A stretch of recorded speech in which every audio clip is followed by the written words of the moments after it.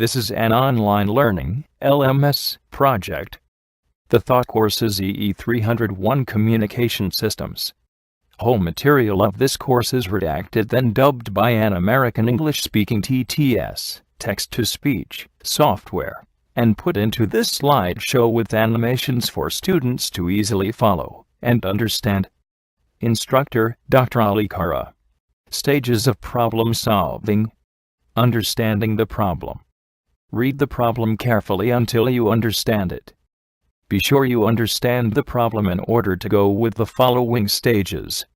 Analyze the problem. List the facts and figures that are given in the question.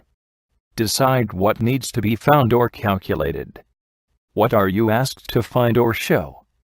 Reread the question if necessary. Plan the solution. Formulate possible solutions. Write formula you will use for solution. Carry out the plan. Solve the problem.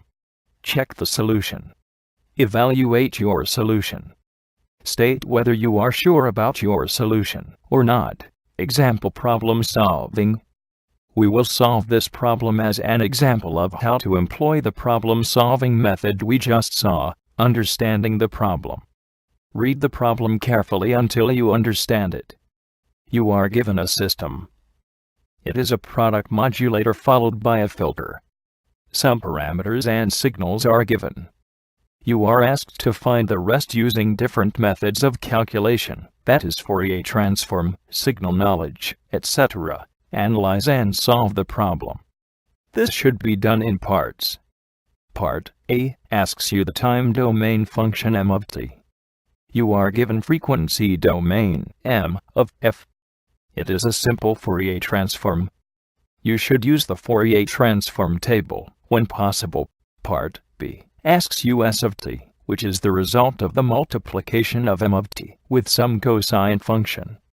Just do the multiplication. Part C asks you the spectrum of s of t.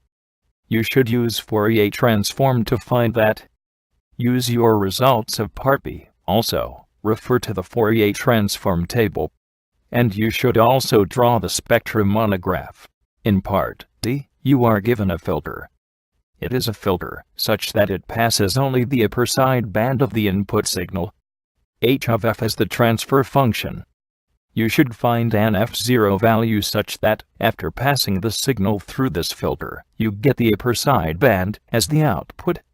After you find f0, you take the inverse Fourier transform of h of f to find the impulse response h of t. Part E asks you the graph of the output of the filter, which is yf. You should do this by using the spectrums you find for s of f and h of f in parts C and D, respectively. Check the solution. You can check the result of several parts of this problem by using your fundamental knowledge of mathematics, communication systems, and cross-checking your results for different parts of the problem.